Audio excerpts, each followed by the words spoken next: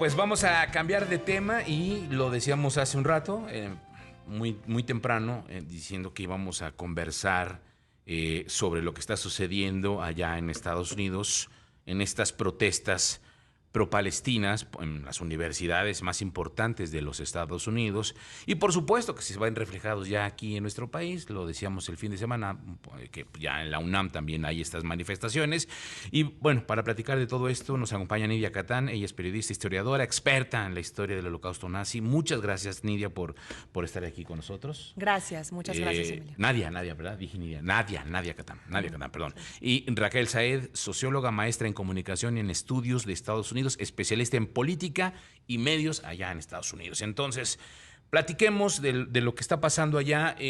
Hoy también temprano me decía Andrés Oppenheimer que él ya le ve esta situación, porque le pregunté, ¿tú crees que esto de alguna manera vaya a afectar el tema, el tema electoral en Estados Unidos? Me dijo que él ya ve como un tema en el que poco a poco se va a ir apagando, sobre todo porque ya vienen las vacaciones, porque ya vienen las graduaciones y entonces las universidades van a terminar. Pero algo que sí preocupa es la posición y la determinación de los estudiantes y la confrontación que está teniendo. ¿Quién quiere empezar? Bueno, pues a mí me preocupa el tema que, bueno, los manifestantes ya son más de 2,000 detenidos, esto es lamentable, sí abogan por una libertad de expresión y demás, pero también es importante no colapsar pues un sistema educativo. El efecto sociológico que estamos viendo aquí es bastante contagioso y bueno, pues se puede caer en disturbios de alumnos judíos, alumnos pro-Palestina. Me preocupa también que el 8 de octubre, por ejemplo, Emilio, no vimos tristemente manifestaciones así. Cuando tantas mujeres fueron violadas en Israel, fue de verdad algo terrible, fue una masacre. Las mujeres fueron, y las niñas también, violadas antes y después de ser asesinadas. Incluso sus caderas estaban rotas, una locura. Y pues no tuvimos manifestaciones así en el mundo. Hoy sí las hay. Eso entristece al Estado de Israel y bueno, pues también muestra que la comunidad estudiantil le falta un poquito de información, quizá la más importante, Emilio, porque dicen Palestina libre. Palestina libre ya sucedió y sucedió en el 2005, cuando el primer ministro de Israel, Ariel Sharon, se salió y se desconectó completamente de la Franja de Gaza. No quedó en la franja ni un solo israelí, ni militar, ni civil tampoco. ¿Y qué sucedió? Que la población palestina eligió a Hamás como gobierno al año siguiente. Esa es la parte lamentable. Esas fueron las consecuencias de una Palestina libre. Raquel. Sí, bueno, yo también veo que todo el tema de los estudiantes en Estados Unidos es como si fuera una nueva bandera, porque recordemos que en el 68, y sobre todo cuando vemos a la Universidad de Columbia, que ese mismo edificio lo tomaron los manifestantes en contra de la guerra de Vietnam. Y me parece que es como si esta fuera su Vietnam. Hay una diferencia muy grande entre hablar de la guerra de Vietnam y la guerra que está sucediendo en Israel y Gaza. Principalmente que aquí en Vietnam los que estaban combatiendo eran los propios norteamericanos. Y aquí estamos hablando de un lugar que es lejano, donde ningún norteamericano está peleando, que no es una batalla de ellos, sino es una batalla de otros. Claro que hay ahí una manifestación en contra de la guerra, de la cantidad, estamos hablando de las cantidades de muertos de un lado y del otro, pero no estamos hablando del terrorismo, ni siquiera estamos hablando de los rehenes, que esa es la bandera que traen los israelíes. Ahora, yo sí pienso que todas estas protestas, que son como un contagio muy claro y que no nada más se están dando en las universidades de Estados Unidos, sino que ya las vemos también en Europa y, como habías dicho, también en la UNAM, y las universidades privadas de México han tomado una postura un poco diferente. No quiero decir que no haya manifestaciones, las hay de manera diferente, y eso es lo que preocupa. Y yo estaría un poco difiriendo de Andrés Oppenheimer, porque aunque sí vienen las vacaciones y son periodos muy largos de vacaciones en el verano, de cualquier forma sí hay actividades, pero además viene el 7 de octubre próximo, y ese 7 de octubre va a ser una celebración para unos y un acto de conmemoración para otros. Entonces, ¿qué va a suceder ahí? Y la otra cosa es que el 7 de octubre es un mes antes de las elecciones en Estados Unidos. Yo sí creo que le está afectando a Biden. De hecho, yo no le veo salida a Biden, porque por un lado tiene a los donadores que le dan a su campaña, que muchos de ellos son gente que también dona para un Estado de Israel con su derecho a existir, y otros son la parte muy de la izquierda de su propio partido, que están manifestándose en contra de él. No hay que olvidar también que Trump también tiene la misma postura, claro. además muchísimo más radical, pero eso no se está viendo.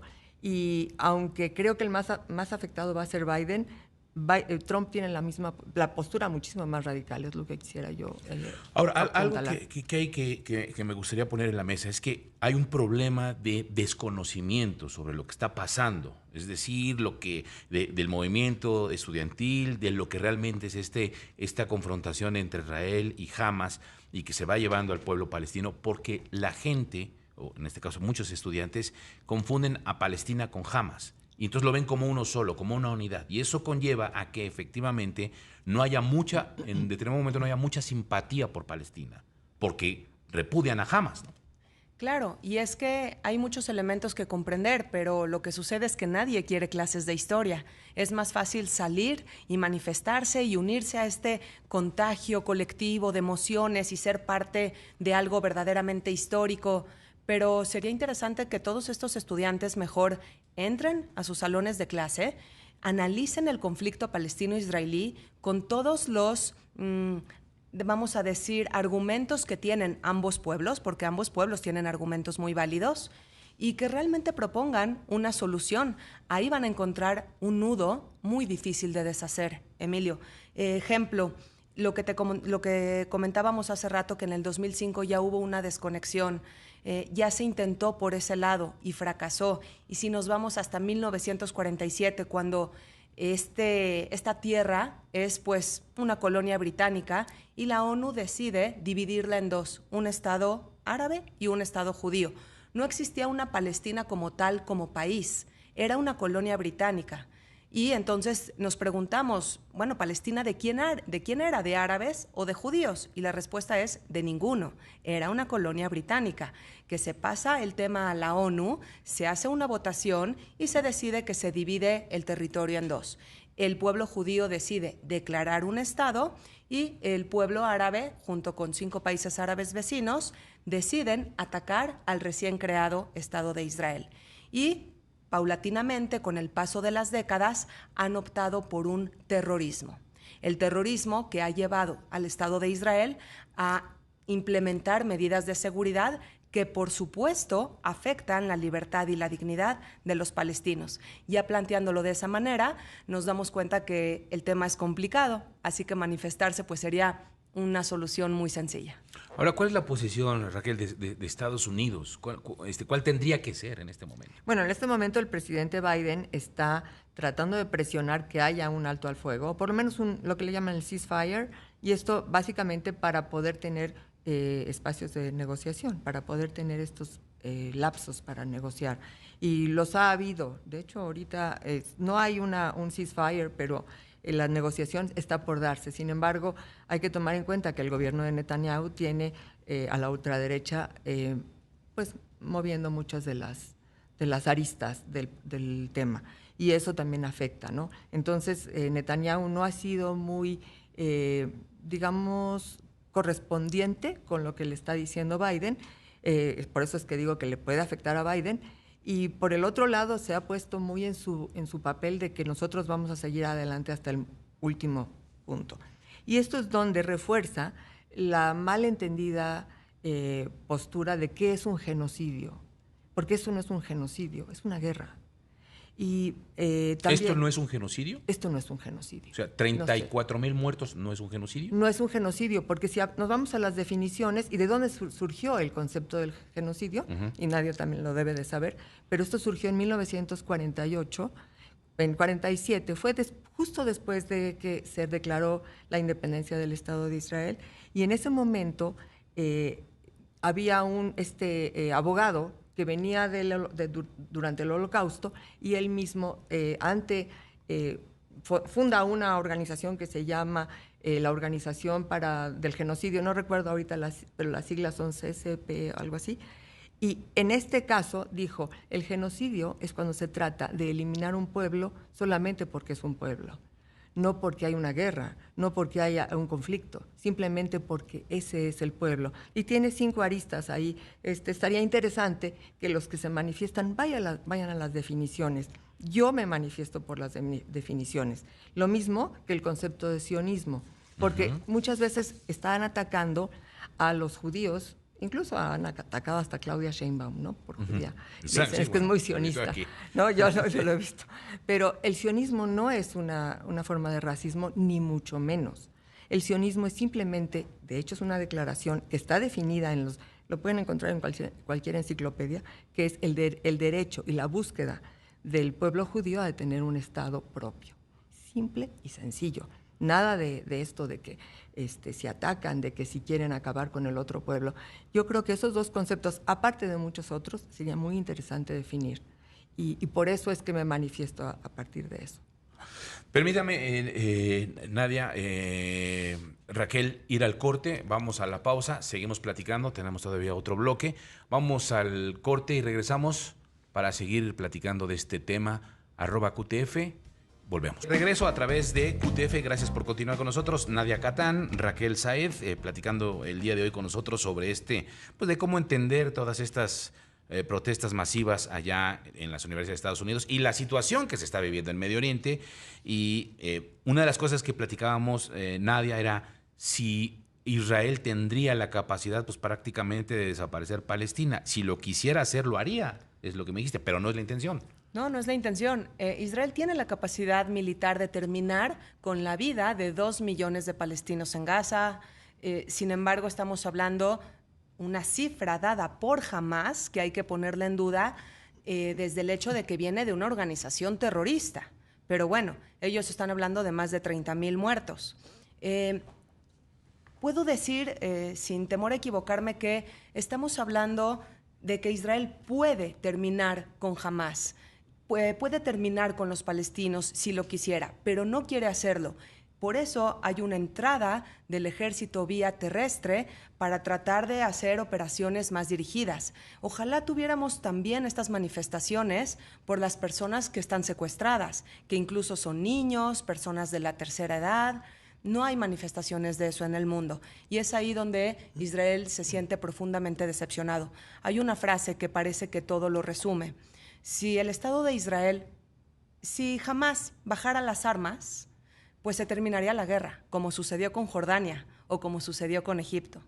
Pero si el Estado de Israel bajara las armas, se terminaría el Estado de Israel. Sí. ¿Qué va a pasar? Les preguntaba, ¿qué pasaría si países, Siria, Líbano, Qatar, se empezaran a meter más de lleno en el tema? ¿Cuáles serían las consecuencias ante un Netanyahu que también se ha visto, creo, débil, ¿no? Bueno, ya las vimos. Yo creo que la primera consecuencia de que se haya metido Qatar, especialmente en Gaza, fue precisamente los hechos del 7 de octubre. Porque, pues, ¿quién financió a estos grupos terroristas? Sino países que tienen una gran cantidad de dinero, como es Qatar, que, bueno, sabemos que no se limita para gastar dinero. Ya vimos lo que pasó en el Mundial. Entonces, ellos estaban financiando y ellos son los que precisamente no quieren entrar a negociar como lo está haciendo incluso Arabia Saudita o Egipto en este caso, porque Qatar está como de ese lado. De hecho, para que Estados Unidos pueda construir este muelle móvil para poder descargar ayuda humanitaria, está dependiendo de que Qatar y también Hamás permita, ¿no? Entonces, bueno, ahí tenemos ese tema. Está, como platicábamos fuera del programa, que están otros actores como Irán, ¿no? Y ya vimos también unos ataques entre Israel e Irán. Cuando Israel entra y acaba con los generales que estaban en Siria, que son generales iraníes, Irán luego lanza unos ataques, ¿no? Y Israel de regreso. Eso es lo que no queremos. Ese tipo de escalamiento no lo queremos nadie en el mundo. Entonces, cuando estos tipos de actores intervienen, creo que es cuando hay que preocuparse más. Y la pregunta aquí sería, y creo que esa es la que a muchos nos importa, ¿esto puede llegar a escalar? Sí, sin duda puede llegar a escalar porque quizá la parte más delicada de la guerra es este intercambio de hostilidad que hubo entre Irán y el Estado de Israel, que yo lo defino como dos gigantes dándose pequeños rasguños, porque eso fue todo lo que pasó. No existieron daños mutuos, etcétera. Sin embargo, si esta hostilidad vuelve a incrementarse, si Estados Unidos interviene de manera directa en un apoyo con el Estado de Israel en contra de Irán, habría que observar a Putin, a Rusia, para ver si va a decidir continuar con su tema local en Ucrania o apoyar a Irán de manera importante. Y es así como se hacen las guerras mundiales, Emilio. Sí. No necesitamos a muchos países peleando, necesitamos a dos potencias en lados distintos. Y el resto de países lo que tiene que hacer es aliarse a unos o a otros. ¿Qué opinan del tema? Bueno, que eso se centra aquí en México y la posición de estudiantes de aquí, de las universidades, diciendo que México debe romper relaciones con Israel. Bueno, a mí me parece que sería catastrófico porque sabemos que el gobierno que tiene México es un gobierno de izquierda, lo mismo que el de Colombia, ¿no? Entonces vimos lo que pasó con Colombia, que se manifestó diciendo que rompía relaciones con Israel.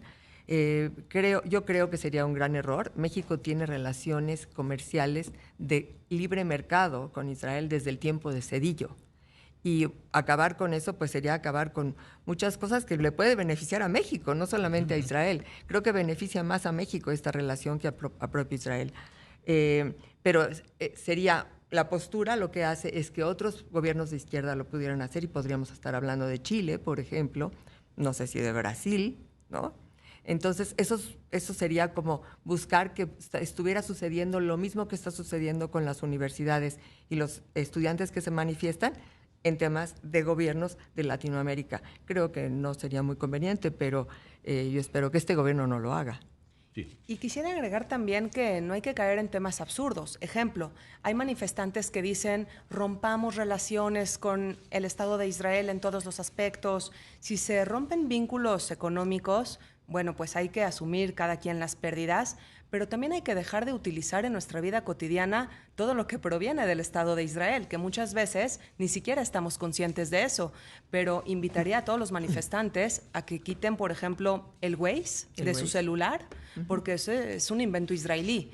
Entonces, antes de manifestarse, yo propondría informarse, tomar muchas clases de historia, pero sobre todo analizar el conflicto para proponer algo positivo para ambos pueblos. Ahí estaría una posible solución. Raquel, ¿ibas a decir algo? Sí, no, a mí me parece que todas estas manifestaciones de los gobiernos de izquierda solamente están tratando de hacer como una identidad, lo cual puede generar muchos problemas. Y vemos también los gobiernos de ultraderecha, y aquí estoy hablando de Argentina, como el gobierno de Milei, y luego dijo, yo estoy del lado de Israel. Tampoco se necesita eso, porque no creo que los gobiernos tienen que hacer una parte de identificación. Ninguno de esos gobiernos ni provee armas, ni provee ayuda económica, ni provee nada de eso. Es Estados Unidos el que nos preocuparía, o Francia, o incluso Alemania. Pero estos gobiernos de izquierda de Latinoamérica creo que nada más estarían utilizando el discurso para generar muchísimos problemas entre la población, y sabemos que lo que sucede con las multitudes y con el contagio en general, ¿no? Entonces creo que no sería conveniente. Ahora, dos cosas importantes. Uno, ¿cómo han visto ustedes el papel de la ONU en este sentido? Y dos, llama la atención que esto se está reflejando en 40 universidades de Estados Unidos, entre 40, 60 universidades que se hablan, que son todas las que se están movilizando en Estados Unidos. De lo que está pasando aquí en México, de lo que está pasando en Argentina, en Colombia, pero poco se habla de lo que está pasando también en Europa. Europa hasta ahorita está como tranquilito, dice Italia, Francia, España, están tranquilos. Por lo menos las universidades, los alumnos, los estudiantes, no ha habido esto. Así es, mira, la relación entre entre Israel y la ONU no ha sido buena desde el inicio. ¿Por qué? Porque desde que esto comenzó, este conflicto, vamos a decirlo, cuando se dividió el territorio para un país árabe y un país judío, resulta que vino esta guerra, la guerra de 1948, y resultado de esta guerra tenemos aproximadamente 600,000, 700,000 refugiados palestinos. Y entonces la ONU emitió una gran cantidad de resoluciones exigiendo que estos palestinos volvieran a sus hogares, lo que podría ser pues completamente válido. Sin embargo, tenemos otros refugiados de los que nadie habló, Emilio, que son los refugiados judíos que vivían en Irak, en Siria, en Líbano, y que tuvieron que salir de sus hogares porque lo corrieron, los expulsaron, ya sea la sociedad o sus gobiernos, que además no les permitieron llevarse sus propiedades, ni el dinero de sus cuentas bancarias, ni nada. Y también estamos hablando aproximadamente de 700,000 judíos que fueron refugiados. ¿Y qué sucedió con ellos? Que el Estado de Israel los absorbió para que no sean problema del mundo, para que no sean problema de la ONU. Entonces, el Estado de Israel se pregunta, ¿por qué solamente se habla de unos refugiados y de otros no? Desde ese momento hasta ahora no hay una buena relación entre la ONU y el Estado de Israel. Sí, yo coincido en todo esto, porque además creo que la partición, la forma en que se hizo la partición era absurda. ¿Cómo podías tener un país hecho en rompecabezas, ¿no? Un pedacito para acá, otro pedacito para allá, otro pedacito. Y a la hora de la guerra, que fue inmediata a la declaración, obtuvieron más de lo que les había dado la partición. Y esto fue el problema, porque tuvieron a un vecino que era Gaza, ¿no?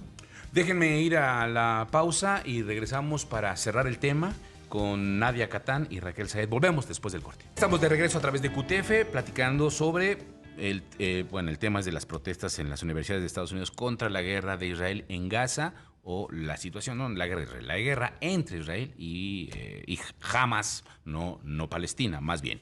Y que se ha convertido en un proceso de desinformación, lo decíamos Nadia, lo decíamos Raquel. Y una de las cosas que tiene que ver también cuando yo leía sobre el tema y cómo comienzan estas protestas, qué piden y qué protestan, un factor, decían, es el sionismo. Y entonces la mayoría de lo que yo veía ahí es decir, no, es que el tema es muy racista. Decíamos, y me decías tú, Raquel, esto no tiene que ver con un tema de racismo. No, pero cuéntanos. Recordemos ahorita me vino a la mente cuando en el 1972, 73, cuando Echeverría era el presidente de México, se fue a la ONU y dijo sionismo es racismo, por alguna razón, y bueno, aquí se hizo un desastre. Pero definitivamente sionismo no es racismo, sionismo no es acabar con ningún pueblo ni nada. Sionismo viene de la palabra Sion, que es este monto emblemático en Jerusalén, que es el regreso de los judíos a la tierra. Que no es que no había judíos ahí, sino que simplemente es retornar todos los que pudieran regresar. Y sionismo es un término que acuñó Theodor Herzl en 1897. Y a partir de ahí es que se empieza a debatir poco a poco hasta 1917, y Nadia debe saber mejor las fechas y las situaciones, se hace la declaración Balfour, donde el propio gobierno británico dice, Israel tiene este derecho de tener su tierra. Más bien, los judíos tienen derecho a tener una tierra que signifique su propia casa. Así lo dice la declaración. Y a partir de eso es que finalmente, y después de todo el sufrimiento del Holocausto, se les otorga el derecho a tener esa tierra a través de la declaración de la ONU, de la resolución de la ONU. Eso es el sionismo. El sionismo es este movimiento que sigue existiendo hasta hoy en día, es la búsqueda de regresar todos los judíos a su tierra. Y esa es básicamente la historia. No se trata de nada más, ni de matar a nadie, ni de acabar con nadie, ni de genocidio, ni de nada. Eso es. Si lo quieres usar para insultar, creo que necesitas irte a las enciclopedias o a tomar unos cursos. O no sé, los alumnos de las universidades tienen toda la mano. Es el problema, nada más que a veces lo desconocen, ni siquiera lo hacen, ¿no? Interesante también decir por qué surge el sionismo, porque el sionismo surge porque Theodor Herzl, un periodista que está en Francia cubriendo una nota de un capitán que se le está acusando de traición, que se llamaba Alfred Dreyfus y demás. Y entonces él se da cuenta que Alfred Dreyfus, es judío, y la población francesa está diciendo muerte a ese judío, etcétera. Finalmente se descubrió que Alfred Dreyfus no era culpable, pero no es el tema.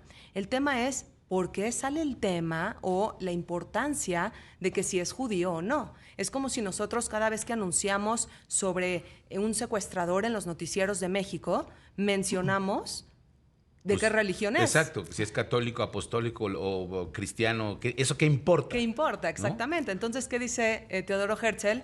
La emancipación judía, esa igualdad a la que aspirábamos, ha fracasado y el judío necesita un pedazo de tierra en donde vivir. Es un nacionalismo más. Sí. Así como los francos lucharon por Francia y los germanos por Alemania, y así como las 13 colonias lucharon por tener a su país Estados Unidos, y aquí también se luchó por independizarnos de España.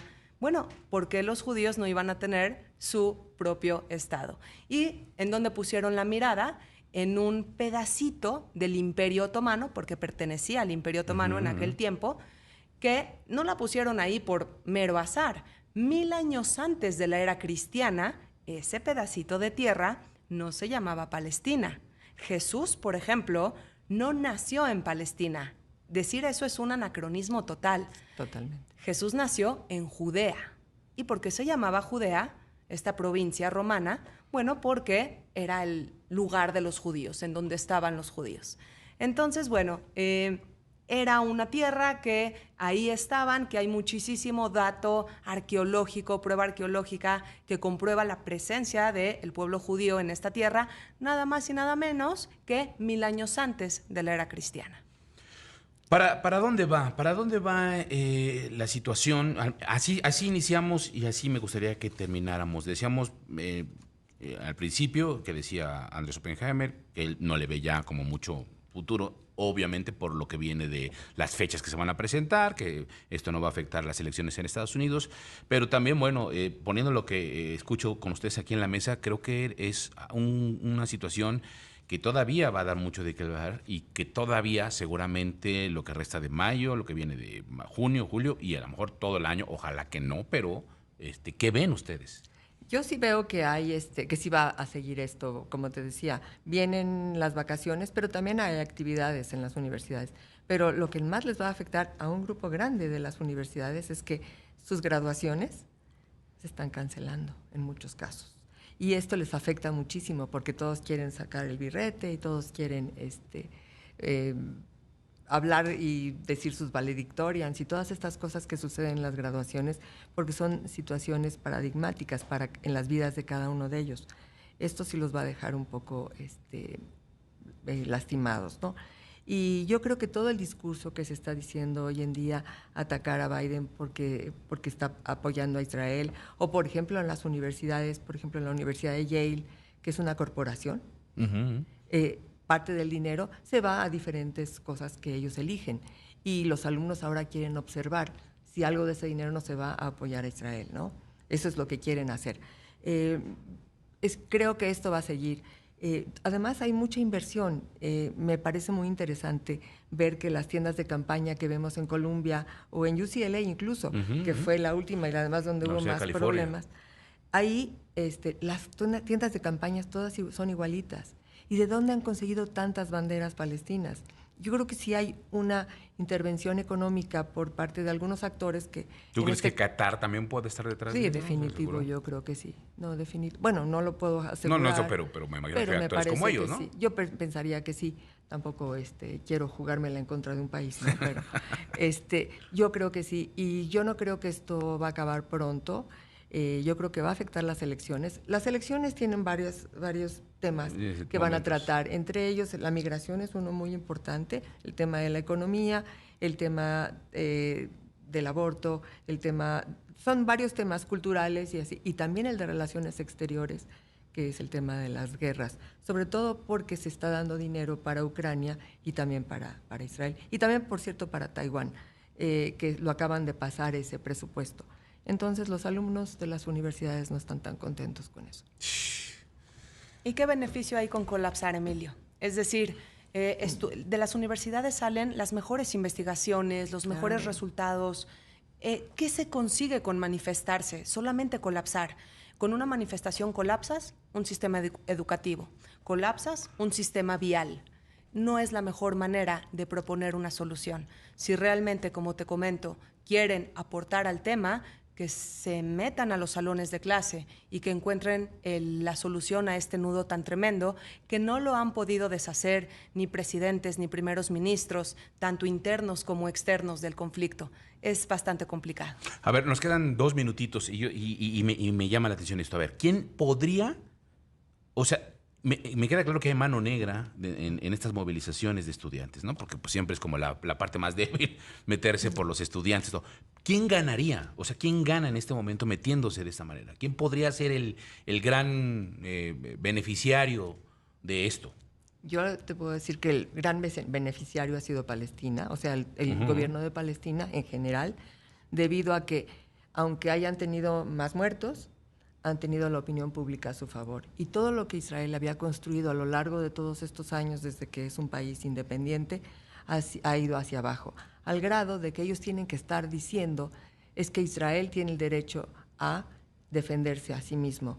No se lo preguntan nunca a Francia si Francia tiene derecho a defenderse a sí mismo. Sí, claro. Se lo preguntan a México si Estados Unidos invadiera México, dirían, me voy a defender.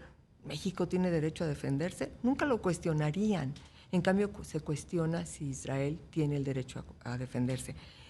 La opinión pública internacional está en contra.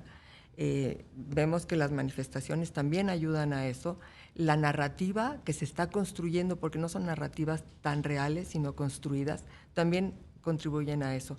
Y creo que el gran ganador hasta ahorita ha sido Palestina. Otra vez regreso, no por los muertos, sino por la opinión pública internacional. Nadia, 1 minuto. Bueno, en 1 minuto lo que hay que decir es que la guerra mediática sin duda la gana Palestina, y es triste porque Palestina no necesita ganar ninguna guerra mediática, necesita un buen gobierno. Necesita un gobierno que utilice todos los medios, toda la economía que recibe para su gente, para su pueblo, para construir escuelas, etcétera, y no para construir túneles con fines terroristas. Es impresionante la cantidad de kilómetros de túneles terroristas que tenemos abajo, de manera subterránea en Gaza. ¿Todo para qué? Para destruir al Estado de Israel. Cuando tu objetivo es destruir al otro en vez de construirte a ti, ya empezamos con el pie izquierdo, Emilio. Nadia, gracias. Tus redes sociales. ¿Y tienes curso o algo así? Sí, claro que sí. Yo siempre estoy en nadiacatán.com. Me dedico a dar cursos sobre la historia del pueblo judío, del conflicto entre Palestina e Israel. Y en nadiacatán.com, Catán se escribe con C de casa y con doble T, nadiacatán.com, ahí hay un botoncito que dice enviar mensaje. Si ustedes envían un mensaje ahí, ya están en contacto conmigo por WhatsApp y yo les puedo mandar una clase gratuita. Gracias. Con mucho gusto. Raquel, ¿dónde te encontramos? Yo estoy básicamente en Facebook porque me salí de X por razones personales.